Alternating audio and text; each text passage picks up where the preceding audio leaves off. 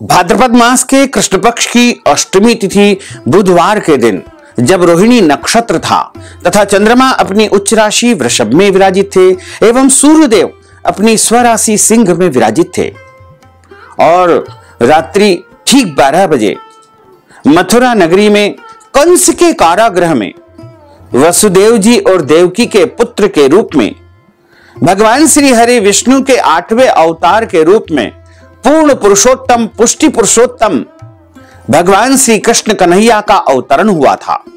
और इसी दिन को हम सभी भक्तजन जन्माष्टमी के रूप में मनाते हैं। सभी अपने अपने घरों में बड़े ही धूमधाम के साथ में प्रभु का अवतरण दिवस जन्मोत्सव मनाते हैं।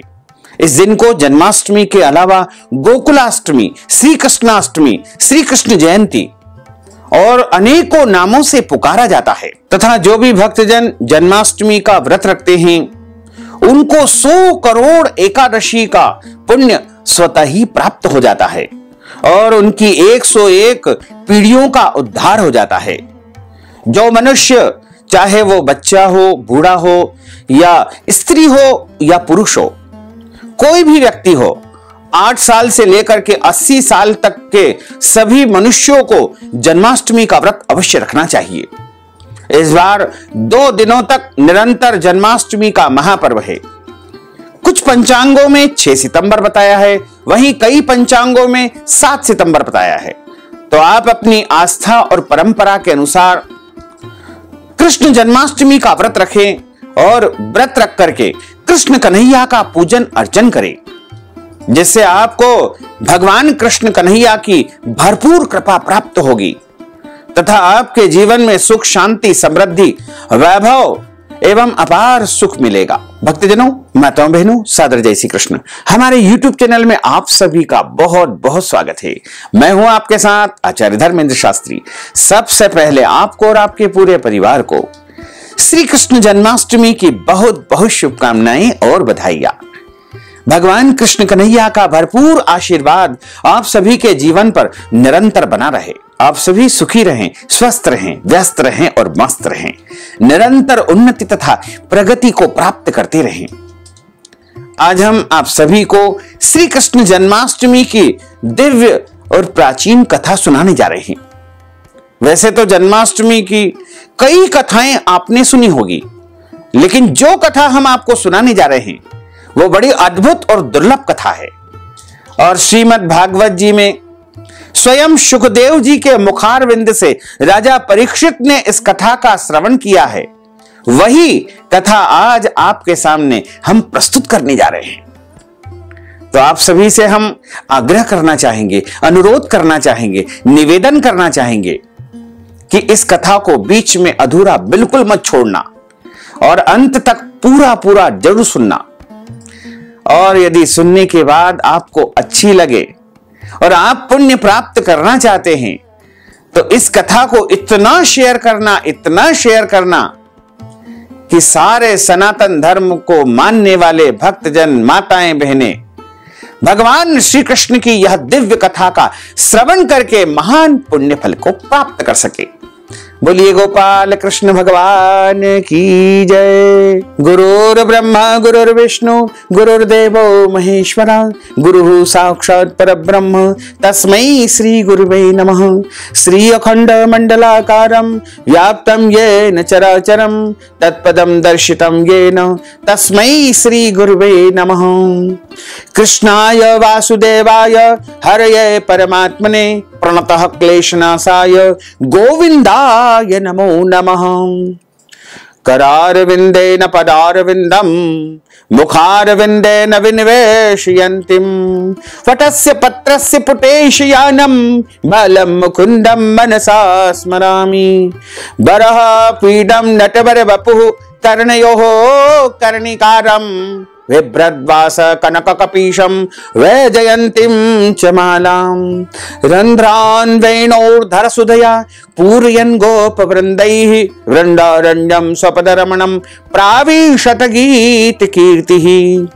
कस्तूरीतिलकं ललाटपटले वक्षस्थले कौस्तुभं नासाग्रे वरमौक्तिकं करतले वेणुः करे कंकणम् सर्वांगे हरिचंदनं सुललितं कंठे च मुक्तावलिं गोपस्त्री परिवेष्टितो विजयते गोपाल चूड़ामणिं फुल्लेन्दीवर कांतिमिन्दु वदनं बरहावतं सप्रियं श्रीवत्सांकमुदार कौस्तुभधरं पीतांबरं सुंदरं गोपीनां नयनोत्पलार्चिततनुं गोपसंघावृतं गोविंदं कलवेणुवादन परं दिव्यांगभूषणं भजे वंशी विभूषित करान्नवनीरदाभात् पीतांबरा अरुणबिंब फलाधरोष्ठात् पूर्णेन्दु सुंदर मुखारंद नेत्रात्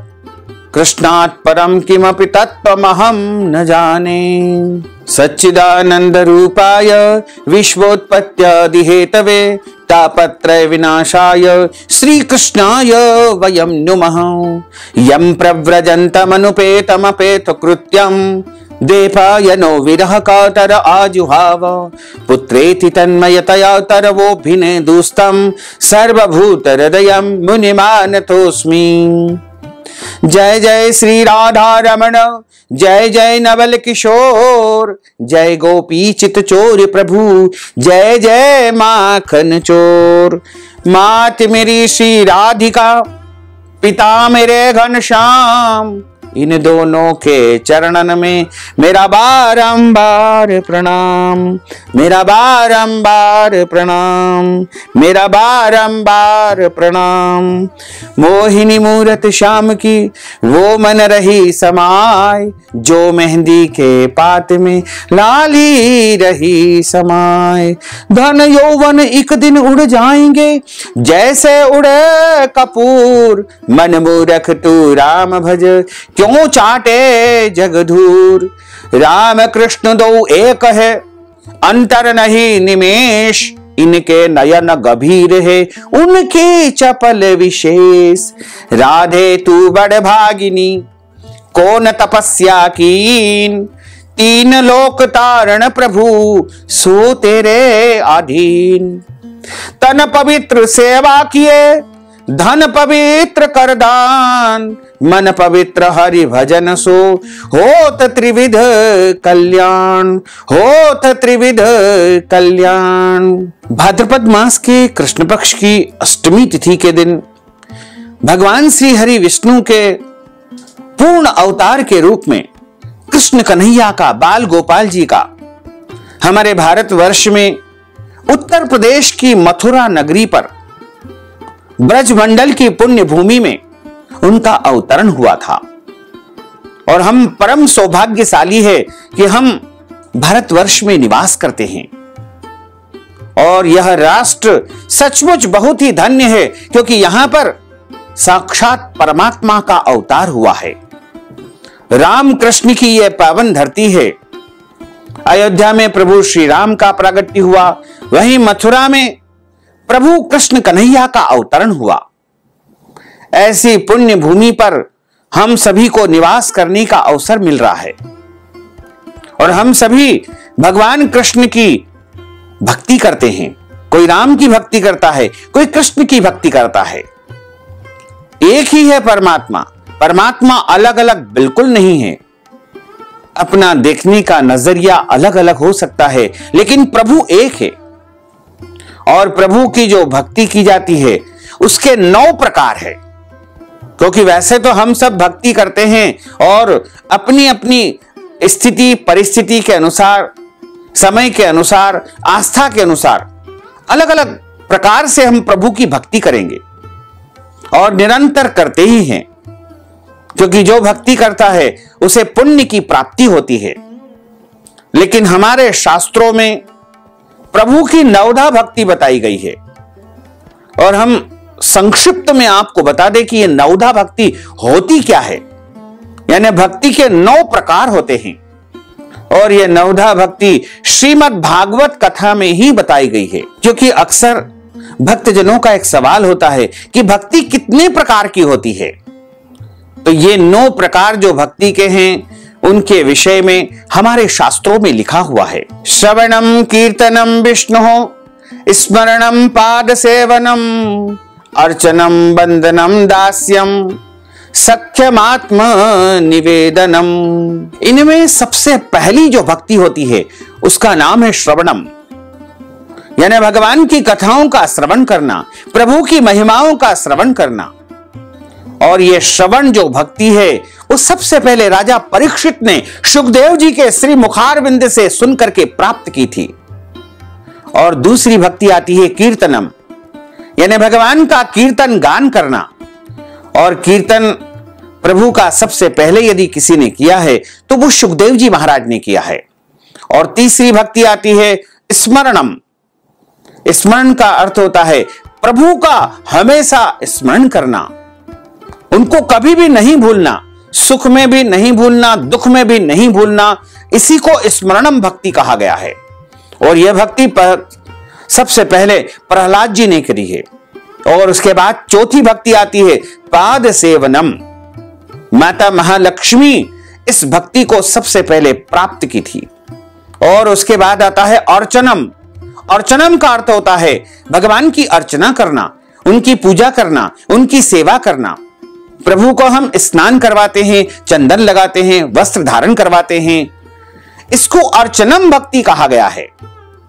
यह राजा पृथु ने सबसे पहले इस भक्ति को प्राप्त किया था। उसके बाद होता है वंदनम, यानी भगवान की वंदना करना, प्रभु की वंदना करना। यह भक्ति सबसे पहले अक्रूर जी ने की थी। उसके बाद आता है दास्यम। दास्यम का अर्थ होता है दास्ता करना, यानी सेवा करना, सदैव प्रभु की सेवा के लिए तत्पर रहना। जब हम किसी भी देव स्थान में, मंदिर में, देवालय में जाकर के झाड़ू पोछा लगाते हैं, साफ सफाई करते हैं, वहां के पूजा के बर्तन साफ करते हैं, इसको दास्यम भक्ति कहा गया है। और दास्य भक्ति को सबसे पहले श्री हनुमान जी महाराज ने प्राप्त किया था। उसके बाद आता है सख्यम। सख्यम का अर्थ होता है प्रभु के माध्यम से, प्रभु के मुखारविंद से, उनके द्वारा दिए गए उपदेशों को अपने जीवन में ग्रहण करना, इसको साख्यम कहा गया है। यह भक्ति सबसे पहले अर्जुन ने प्राप्त की थी, क्योंकि श्रीमद् भगवद गीता में जो उपदेश प्रभु ने हमें दिए हैं उनका अपने जीवन में हमको आत्मसात करना चाहिए। इसी को सख्यम कहा गया है। और इसके बाद आती है आत्मनिवेदनम। आत्मनिवेदनम का अर्थ होता है हमारे पास जो भी कुछ है, हमारे पास धन है, दौलत है, घर है, मकान है, गाड़ी है, बंगला है, बैंक बैलेंस है, या झोपड़ी है, या साइकिल है, या कुछ भी हमारे पास जो भी है, हम प्रभु को समर्पण कर दे। आत्मनिवेदनम, तेरा तुझको अर्पण क्या लागे मेरा, यानी जो कुछ भी हमारे पास है वो सब कुछ हम प्रभु को समर्पण कर दे। इसे आत्मनिवेदनम कहा गया है। इस भक्ति को सबसे पहले राजा बलि ने त्रिलोकी का दान करके प्राप्त किया था। इन्हें नवदा भक्ति कहा गया है। तो आप भी अपने जीवन में जो भक्ति कर सकते हैं वो जरूर करें और प्रभु की कृपा को प्राप्त करें। श्रवणम, ईश्वर की लीला कथा का महत्व, शक्ति स्रोत इत्यादि को परम श्रद्धा सहित अतृप्त मन से निरंतर सुनना, यह श्रवणम कहा गया है। कीर्तनम, ईश्वर के गुण, चरित्र, नाम, पराक्रम आदि का आनंद एवं उत्साह के साथ कीर्तन करना, इसे कीर्तनम कहा गया है। स्मरणम, निरंतर अनन्य भाव से परमेश्वर का स्मरण करना, उनके महात्म्य और शक्ति का स्मरण करके उस पर मुग्ध हो जाना। पाद सेवनम, ईश्वर के चरणों का आश्रय लेना, उनका चरणामृत पीना और उन्हीं को अपना सर्वस्व समझना, इसे कहा गया है। उसके बाद आता है अर्चनम, मन, वचन और कर्म द्वारा पवित्र सामग्री से ईश्वर के चरणों की, प्रभु की सेवा तथा पूजा करना। वंदनम, भगवान की मूर्ति को अथवा भगवान के अंश रूप में व्याप्त भक्तजन, आचार्य, ब्राह्मण, गुरुजन, माता पिता आदि को परम आदर सत्कार के साथ पवित्र भाव से नमस्कार करना या उनकी सेवा करना, उनको भोजन करवाना। दास्यम, ईश्वर को स्वामी और अपने को दास समझ करके परम श्रद्धा के साथ उनकी सेवा करना। सख्यम, ईश्वर को ही अपना परम मित्र समझ करके अपना सर्वस्व उनको समर्पण कर देना तथा सच्चे भाव से अपने पाप पुण्य का उनके सामने निवेदन करना। आत्मनिवेदनम, अपने आप को भगवान के चरणों में सदा के लिए समर्पण कर देना और कुछ भी अपनी स्वतंत्र सत्ता न रखना, यह भक्ति की सबसे उत्तम अवस्था मानी गई है। भगवान कृष्ण ने इस भूमि पर अवतार लिया है और उनके अवतरण की जो कथा है वो बड़ी ही पुण्यदायी है। भगवान कृष्ण ने कैसे अवतार लिया? क्योंकि कहा जाता है कि प्रभु कभी भी जन्म नहीं लेते हैं, प्रभु का अवतार होता है, उनका अवतरण होता है।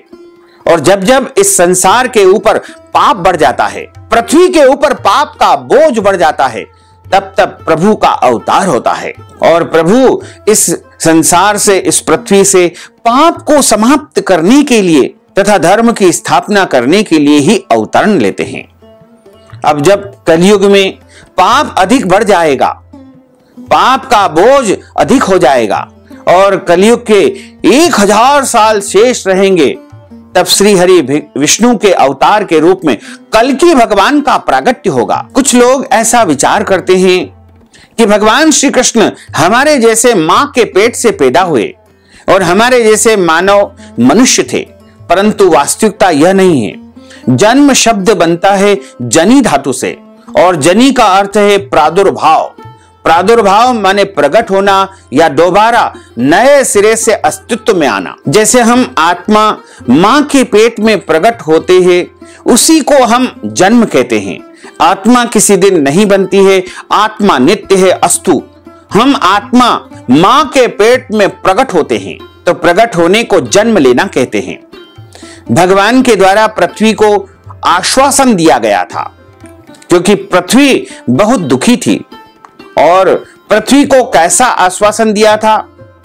श्रीमद् भागवत कथा में इसको श्लोकबद्ध लिखा गया है, कहा गया है, भूमिर्तृप्त नृपव्याज दैत्यानीक शतायुतैः आक्रांता भूरिभारेण ब्रह्मांडम शरणम ययो। एक समय की बात है कि सुखदेव जी महाराज राजा परीक्षित को भगवान कृष्ण के जन्म की कथा सुना रहे हैं। सुखदेव जी कहते हैं कि हे राजन परीक्षित, उस समय लाखों दैत्यों के दल ने घमंडी राजाओं का रूप धारण करके अपने भारी भार से, भारी पाप से पृथ्वी को आक्रांत कर रखा था। उससे त्राण पाने के लिए पृथ्वी देवी ब्रह्मा जी की शरण में गई। पृथ्वी देवी ने उस समय गौ माता का रूप धारण कर रखा था। पृथ्वी देवी के नेत्रों से, उनकी आंखों से लगातार आंसू बह रहे थे और आंसू बह बह करके उनके मुख पर आ रहे थे। ब्रह्मा तदुपधार्याय सह देवेस्तया सह जगाम सत्रिनयनस्तीर क्षीरपयो निधैहि। श्रीमद् भागवत के 10वें स्कंद में भगवान कृष्ण के प्रागट्य की यह कथा आती है। और गोमाता ब्रह्मा जी के पास गई। ब्रह्मा जी ने बड़ी सहानुभूति के साथ उसकी दुख गाथा का श्रवण किया। गोमाता भगवान ब्रह्मा जी से कहती है कि हे ब्रह्मदेव, मेरे ऊपर बहुत अधिक आतताई राक्षसों का आतंक हो रहा है। पृथ्वी के ऊपर, मेरे ऊपर पाप बहुत बढ़ गया है, तो आप मेरी विनती को श्रवण कीजिए। ब्रह्मा जी उसके बाद भगवान शंकर जी स्वर्ग के अन्य प्रमुख देवता तथा गौ माता के रूप में आई हुई पृथ्वी को अपने साथ लेकर के क्षीर सागर के तट पर गए। क्षीर सागर के तट पर पहुंच करके ब्रह्मा आदि देवताओं ने पुरुष सूक्त के द्वारा परम पुरुष सर्वांतर्यामी प्रभु की स्तुति की। स्तुति करते करते ब्रह्मा जी समाधिस्थ हो गए। उन्होंने समाधि अवस्था में आकाशवाणी सुनी। इसके बाद जगत के निर्माणकर्ता ब्रह्मा जी ने देवताओं से कहा कि देवताओं, मैंने भगवान की वाणी सुन ली है, तुम लोग भी उसे मेरे द्वारा अभी सुन लो और फिर वैसा ही करो। उसके पालन में विलंब नहीं होना चाहिए। भगवान को पृथ्वी के कष्ट का पहले से ही पता है।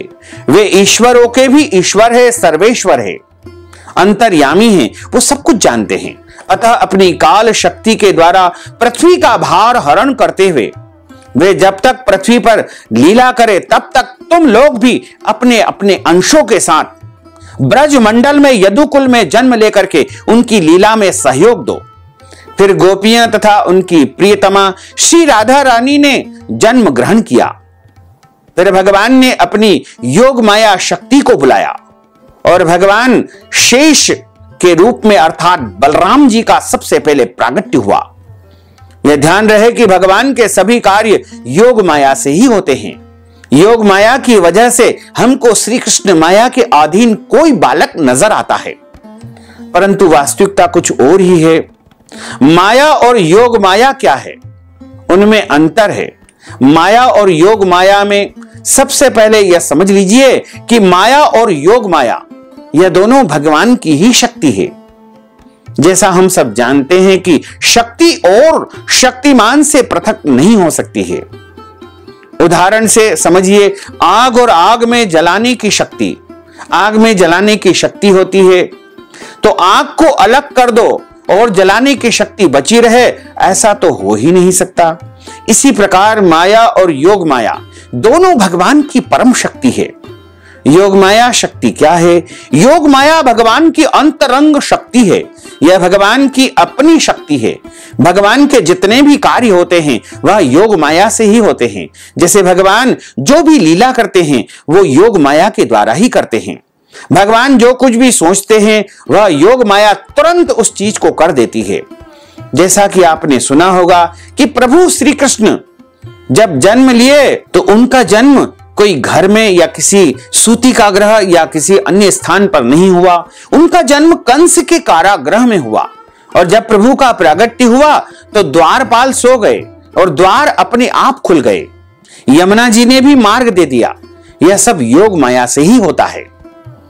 योग माया, जब भी भगवान की कोई चीज या कार्य असंभव हो और वह संभव हो रही है तो आप समझ लेना कि यह योग माया है और प्रभु के द्वारा ही योग माया को निर्देश प्राप्त हुआ है। आपके जीवन में अचानक कुछ ऐसा होता है तो आप समझना कि योग माया ने ही वह कार्य किया है। वेदों ने कहा है कि भगवान स्वतंत्र है, वह किसी के अधीन नहीं है। वह यशोदा मैया के डंडे से डर जाते हैं और उनसे रस्सी से बंध भी जाते हैं। तो वह सर्वज्ञ भगवान, सब कुछ जानने वाला भगवान, सर्वशक्तिमान भगवान है, सबको मुक्त करवाने वाला। और मैया यशोदा के रस्सी से बंध जाते हैं और मां से मुक्त करने की विनती करते हैं, और वो भी अभिनय में नहीं, वास्तव में। जैसे हम लोग मां से डरते हैं ऐसे ही प्रभु भी डरते हैं। यह योग माया के कारण ही होता है। तो भगवान के जो लीलाएं हैं वो योग माया से होती है। ऐसा कहो कि भगवान जो कुछ भी करते हैं वह सब कुछ योग माया के कार्य होते हैं। और केवल भगवान नहीं, जितने भी संत महात्मा हैं, जितने भी सिद्ध पुरुष हैं, जिन महात्माओं ने भगवान की प्राप्ति कर ली है, वह भी योग माया की शक्ति से ही कार्य करते हैं। योग माया की शक्ति कुछ ऐसी है कि कार्य माया के करते हैं लेकिन उनको माया नहीं लगती। जैसे क्रोध करना यह माया का विकार है, दोष है, लेकिन महापुरुष और भगवान भी क्रोध करते हैं, पर वह माया का क्रोध नहीं होता, वह योग माया का क्रोध होता है। देखने में लगता है कि भगवान क्रोध कर रहे हैं, चेहरे पर गुस्सा है, महापुरुष को क्रोध कर रहे हैं, चेहरे पर गुस्सा है, लेकिन वो योग माया से क्रोध करते हैं। और हम लोग कहते हैं कि यह संत भी माया के अधीन है, लेकिन वास्तविकता यह है कि वह योग माया से कार्य कर रहे हैं, अर्थात चेहरे पर क्रोध है लेकिन अंदर कुछ क्रोध नहीं है। यह योग माया का विलक्षण लक्षण बताया गया है। और इसी कारण गोपियों को शंका होती है कि श्री कृष्ण अखंड ब्रह्मचारी कैसे हैं, और दुर्वासा जी ने अपने जीवन में दूध के अलावा कोई स्वाद नहीं लिया है। तो इस प्रश्न का उत्तर श्री कृष्ण देते हैं कि यह कार्य योग माया से ही होता है। योग माया से माया के कार्य किए जाते हैं, लेकिन वह भगवान और महापुरुष माया से परे रहते हैं। दुर्वासा जी अनेक प्रकार के व्यंजन खाए हैं, यह माया का कार्य है, सबको दिख रहा है, लेकिन योग माया के कारण उनको यह माया का सामान स्वाद उन्हें अनुभव नहीं होता है। यही कार्य अर्जुन ने किया था, वह सबको मार रहा है, लेकिन देख रही है कि हां अर्जुन ने सबको मारा है, लेकिन वास्तव में अर्जुन ने किसी को नहीं मारा। यह है योग माया की विलक्षणता। माया भगवान की बहिरंग शक्ति है। माया भी भगवान की ही शक्ति है, लेकिन यह माया जो भगवान से विमुख जीव है, या जो जीव भगवान को अपना नहीं मानते हैं या अपना सब कुछ नहीं मानते हैं, या जिन जीवों को भगवत प्राप्ति नहीं हुई है, उन पर यह माया हावी रहती है। जिन्होंने भगवान की प्राप्ति कर ली है, उनसे भगवान माया को हटा देते हैं और उन्हें योग माया की शक्ति दे देते हैं, जिससे वह महात्मा, संत, ऋषि माया के कार्य करते हैं, लेकिन माया से परे रहते हैं। माया के बारे में अधिक क्या बताएं। योग माया का जो स्वरूप है वो दुर्गा, सीता, काली, राधा, लक्ष्मी, मंगला, पार्वती का मूर्त रूप ही योग माया है। इसे योग माया से कृष्ण राधा का शरीर है और राधा ही कृष्ण है, इसलिए राधे श्याम और सीता राम है। शंकर के घर भवानी है, योग माया है। ये साधारण नारियां नहीं है, दिव्या है, योग माया के ही अभिनय स्वरूप प्रकट रूप में है। अतएव इन नारियों को नारी मत समझिएगा। ये चाहे तो स्त्री के रूप में रहे या पुरुष के रूप में रहे, ये स्वेच्छा से किसी भी रूप को धारण कर सकती है। तो योग माया को स्त्री का रूप मत समझिएगा। योग माया भगवान की शक्ति है। ये कोई भी स्वरूप में रह सकती है। योग माया बिना किसी स्वरूप के भी भगवान और महापुरुष के साथ रहती है। जैसे नारद जी, तुलसीदास जी, इनके पास कोई स्त्री नहीं है, लेकिन योग माया की शक्ति इनके पास है।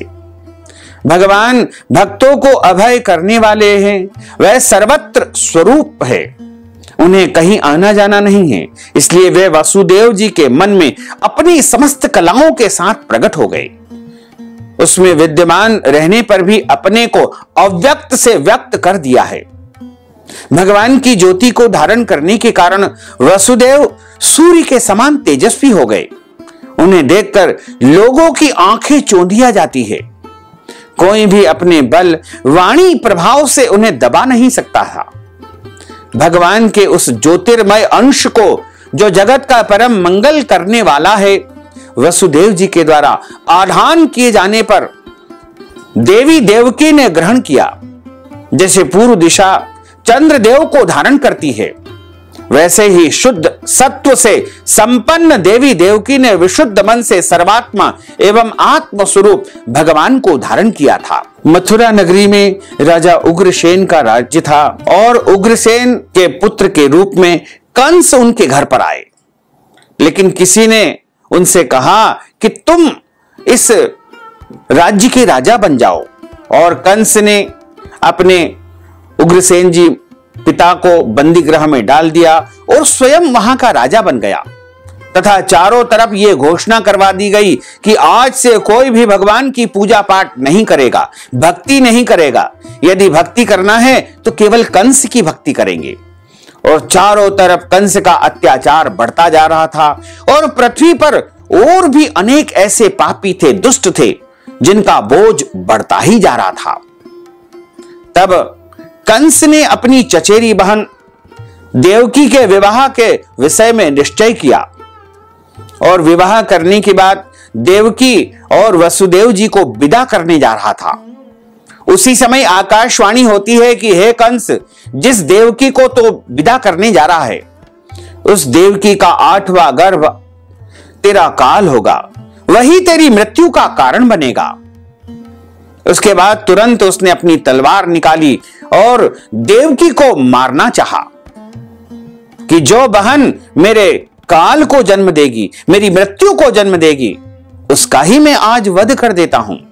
लेकिन वसुदेव जी के समझाने पर कंस ने तलवार को पुनः रख लिया और कहा कि हम दोनों को तुम कारागृह में बंद कर दो, और जो भी पुत्र हमारे यहां जन्म लेगा उसको तुमको हम दे देंगे और तुम उनका वध कर देना। इस प्रकार वसुदेव जी की बात को मान करके देवकी और वसुदेव को कंस ने बड़े भारी जेल खाने में, कारागृह में डाल दिया और चारों तरफ पहरेदारी लगा दी कि इनके जितने भी पुत्र हो उन सबको मेरे पास प्रस्तुत किया जाए। कंस ने एक एक करके सारे पुत्रों को मार डाला। अब अष्टम जो पुत्र भगवान के रूप में वसुदेव जी के यहां प्रकट होने वाले हैं, वो हमारे लाला हैं, कृष्ण कन्हैया है। क्योंकि जो 7वां पुत्र था वह भगवान बलदाऊ जी थे और बलदाऊ जी को योग माया के माध्यम से ही रोहिणी जी के गर्भ में स्थापित कर दिया गया था। जब भगवान वसुदेव जी के मन में गए, उसकी बात देवकी के मन में गए, फिर वहां से भगवान ने अपनी अनुभव मां देवकी को होने लगी।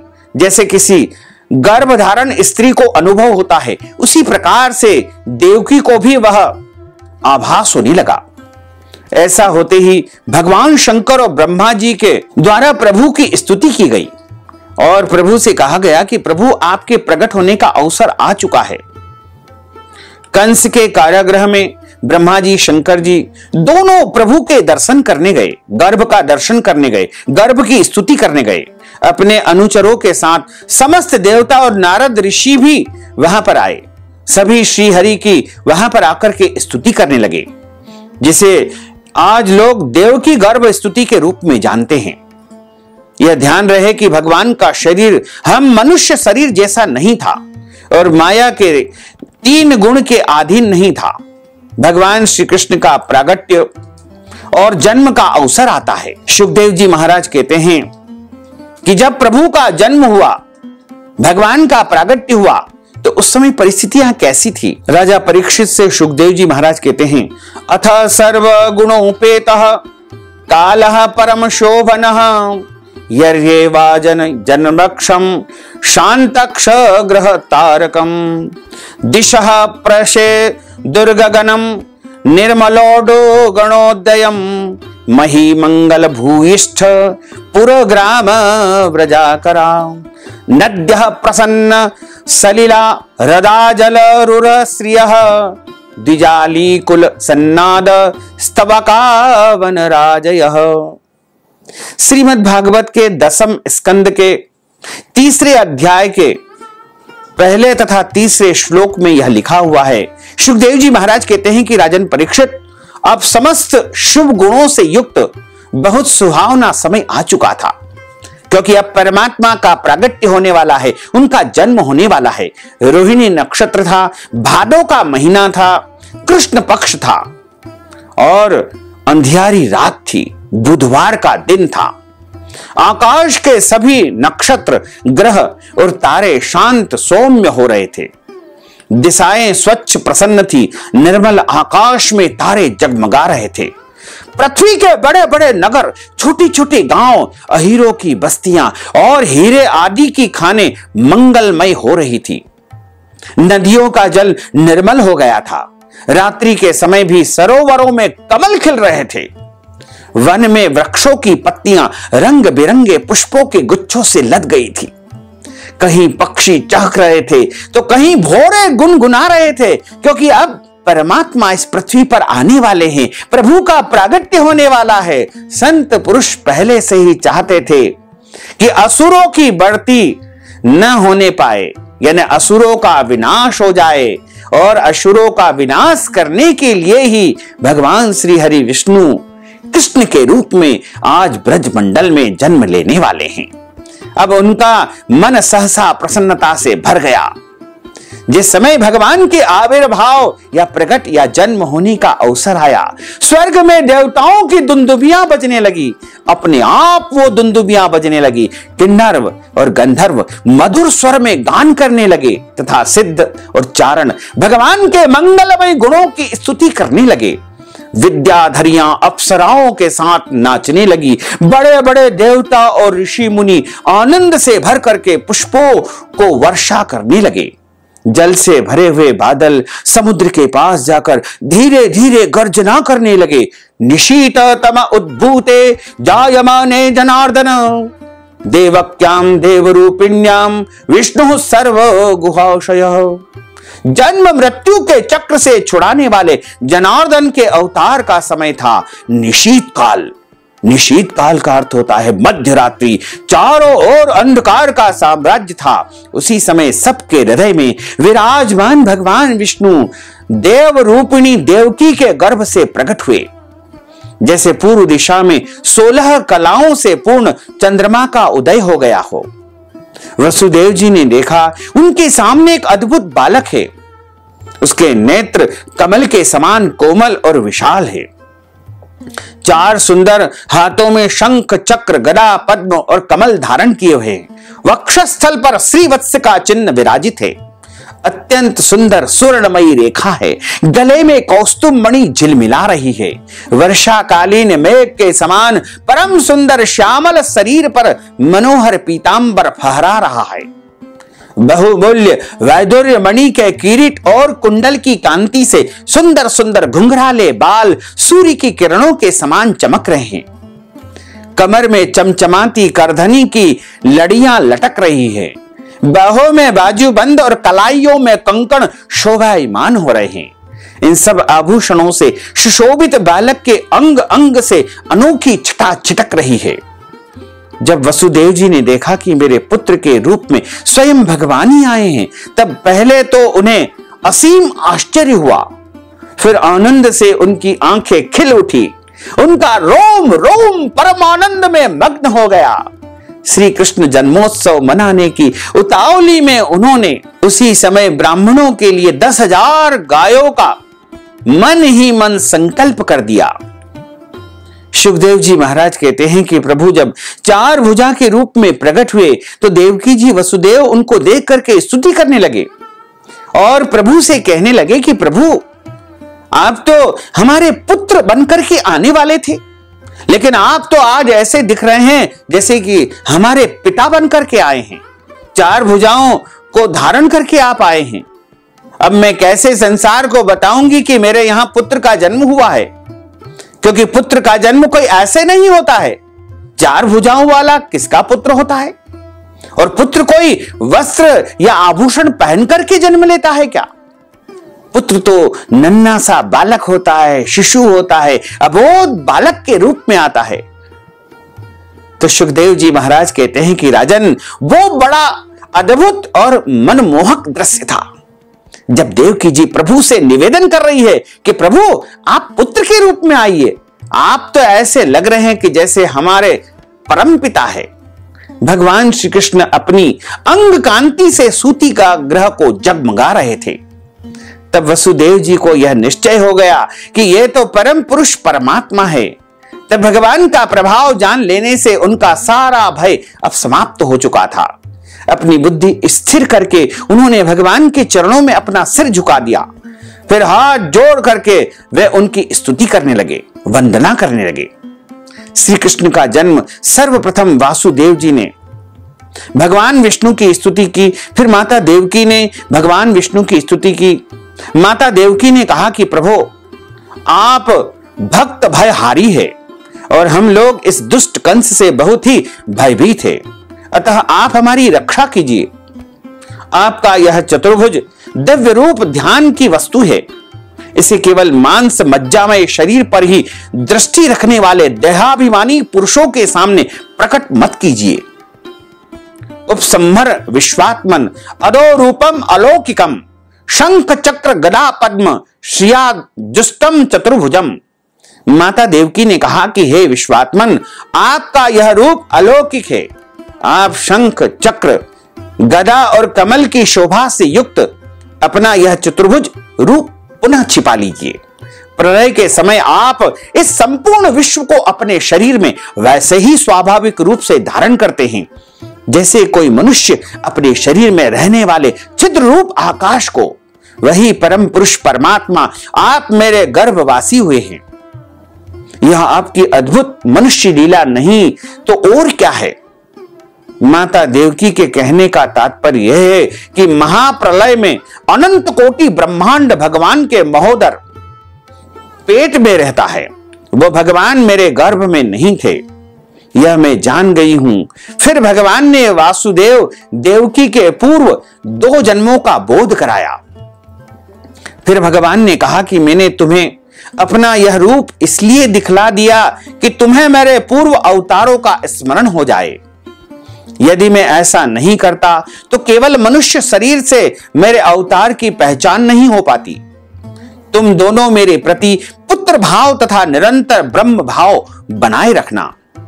इस प्रकार वात्सल्य, स्नेह और चिंतन के द्वारा तुम्हें मेरे परम पद की अवश्य ही प्राप्ति होगी। श्री सुखदेव जी महाराज कहते हैं कि हे राजन, भगवान इतना कह करके चुप हो गए। अब उन्होंने अपनी योग माया से पिता माता के देखते देखते तुरंत साधारण शिशु का रूप धारण कर लिया। तब वसुदेव जी ने भगवान की प्रेरणा से अपने पुत्र को लेकर सूतिका ग्रह से बाहर निकलने की इच्छा की। भगवान ने उनको यह निर्देश दिया था कि ये जो बालक के रूप में मैं जन्म ले रहा हूं, इस बालक को तुम गोकुल में जाकर के नंद बाबा के यहां पहुंचा देना और वहां जिस बालिका ने योग माया ने जन्म लिया है उसको वापस ला करके यहां ले आना।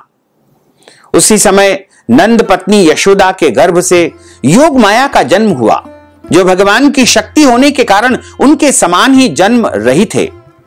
यह ध्यान रहे, जैसे भगवान श्री कृष्ण का जन्म हुआ वैसे ही भगवान की शक्ति योग माया का भी जन्म हुआ, क्योंकि सुखदेव जी स्पष्ट रूप से कहते हैं कि नंद पत्नी यशोदा के गर्भ से उस योग माया का जन्म हुआ, जो भगवान की शक्ति होने के कारण उनके समान ही जन्म रही थे। भगवान के समान कोई वस्तु नहीं है, इसलिए अगर कोई वस्तु भगवान के सामने ऐसा लिखा है तो उसे भगवान ही मानना चाहिए। फिर द्वारपाल सो गए। वसुदेव जी श्री कृष्ण को एक सूप में बैठा करके जैसे जैसे बाहर निकलते जा रहे थे वैसे वैसे द्वार के सभी ताले खुलते जा रहे थे। घनघोर बरसात उस समय हो रही थी, चारों तरफ पानी ही पानी था। यमुना जी अपने उफान पर थी, अथाह जल यमुना जी में उस समय प्रवाहित हो रहा था। श्री कृष्ण भगवान को यमुना पार कैसे करवाएं? अब वहां पर वसुदेव जी के मन में चिंता हो गई और चिंता हो गई, लेकिन धीरे धीरे यमुना जी में उन्होंने प्रवेश किया और यमुना जी और ऊपर तक आती रही। यमुना जी का भाव था कि मैं प्रभु के चरणार बिंदुओं का स्पर्श कर सकूं। पहले यमुना जी धीरे धीरे ऊपर आती गई और आकर के सबसे पहले प्रभु के चरणों का स्मरण किया। प्रभु के चरणों में यमुना जी में प्रणाम किया, क्योंकि प्रभु की रानी के रूप में यमुना जी हुई है। और यमुना जी ने भगवान श्री कृष्ण को, लाला को प्रणाम किया। उसके बाद आगे बढ़ते गए और नंद बाबा के यहां जाकर के वसुदेव जी ने उस बालक को नंद बाबा के सूतिका ग्रह में सुला दिया और वहां पर जिस बालिका ने जन्म लिया था उसको लेकर पुनः आए। जैसे कृष्ण का जन्म हुआ वैसे ही प्रभु श्री राम का भी जन्म हुआ, परंतु फिर भी लोग राम और कृष्ण में अंतर मानते हैं तथा भेद बुद्धि लगाया करते हैं। तो हम आपको बता दें कि राम कृष्ण दो एक है, अंतर नहीं निमेष, इनके नयन गंभीर है, उनके चपल विशेष। और जैसे ही वसुदेव जी उस योग माया को लेकर के कंस के महल में अंदर आते हैं, सारे ताले एक एक करके बंद होते जाते हैं, क्योंकि अब माया के अधीन सब कुछ हो चुका था। और अंदर जैसे ही आए, योग माया अंदर आई और जोर जोर से रोने लगी। रोने की आवाज को सुनकर के पहरेदार जाग गए, क्योंकि अब योग माया आ चुकी है। और पहरेदारों ने कंस को जाकर के समाचार सुनाया कि वसुदेव देवकी के यहां 8वें पुत्र ने जन्म ले लिया है। कंस ने जैसे ही सुना तुरंत अपनी तलवार लेकर के आया और उस बालिका को मारने लगा। जैसे ही उस बालिका के ऊपर तलवार उठाई और उसको मारने के लिए तैयार हुआ, वह बालिका झपट से छूट करके आकाश में चली गई और आकाश में जाकर के आकाशवाणी होती है कि अरे कंस, तू मुझे क्या मारेगा? तुझे मारने वाला तो गोकुल में जन्म ले चुका है, ब्रज मंडल में उसका जन्म हो चुका है। बस इतना कह करके योग माया आकाश में अंतर ध्यान हो गई।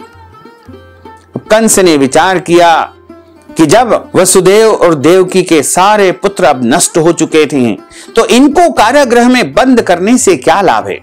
उन दोनों को कारागृह से मुक्त करवा दिया गया। इधर नंद बाबा के यहाँ बालक का जन्म हुआ है, ऐसा जान करके सभी ने बड़ा उत्साह मनाया, हर्षो उल्लास मनाया। वैसे भी हम आपको बता दें कि कंस के डर के मारे किसी ने भी यह नहीं बताया था कि नंद बाबा के यहां जो बालक है वो वसुदेव और देवकी का बालक है। हालांकि इस बात को कोई नहीं जानते थे कि भगवान श्री कृष्ण का प्रागट्य कब हुआ है, किस समय हुआ है, किस वेला में हुआ है, किस नक्षत्र में हुआ है, केवल परमात्मा जानते थे। लेकिन 11 वर्ष की आयु के बाद सबको बताया गया, सबको पता लगा कि भगवान श्री कृष्ण का जन्म भाद्रपद मास के कृष्ण पक्ष की अष्टमी तिथि बुधवार के दिन रोहिणी नक्षत्र में, जब चंद्रमा अपनी वृषभ राशि में विराजित थे, सूर्यदेव सिंह राशि में थे। ऐसे शुभ समय में मध्य रात्रि ठीक 12 बजे भगवान कृष्ण कन्हैया का अवतरण हुआ है। तभी से हम सभी लोग श्री कृष्ण जन्माष्टमी का महापर्व मनाते आए हैं और आगे भी मनाते जाएंगे। अभी 5250वां जन्मोत्सव हम सभी मना रहे हैं। बोलिए गोपाल कृष्ण भगवान की जय। अच्युतम केशवम राम नारायणम कृष्ण दामोदरम वासुदेवम हरे श्रीधरम माधवम गोपिका वल्लभम श्री जानकी नायकम श्री रामचंद्रम भजे जानकी मनोहरम सर्वलोक नायकम श्री शंकरादि सेवितम पुण्य नाम कीर्तनम श्री राम राम राम राम राम नाम दायकम रामा कृष्ण वासुदेवा भक्ति मुक्तिदायकम रामा कृष्ण वासुदेवा भक्ति मुक्तिदायकम रामा कृष्ण वासुदेवा भक्ति मुक्तिदायकम। बोलिए गोपाल कृष्ण भगवान की जय। श्री वृंदावन बिहारी लाल की जय। श्री गिरिराज धरण की जय। श्री श्याम सुंदर यमुने महारानी की जय। जगत गुरु श्री वल्लभाधीश की जय। धर्म की जय हो, अधर्म का नाश हो, प्राणियों में सद्भावना हो, विश्व का कल्याण हो, सनातन धर्म की जय हो, गौ माता की जय हो, नगर बस्ती की जय हो, आज के आनंद की जय हो, कल के आनंद की जय हो, परसों के आनंद की जय हो, बरसों बरसों के आनंद की जय हो।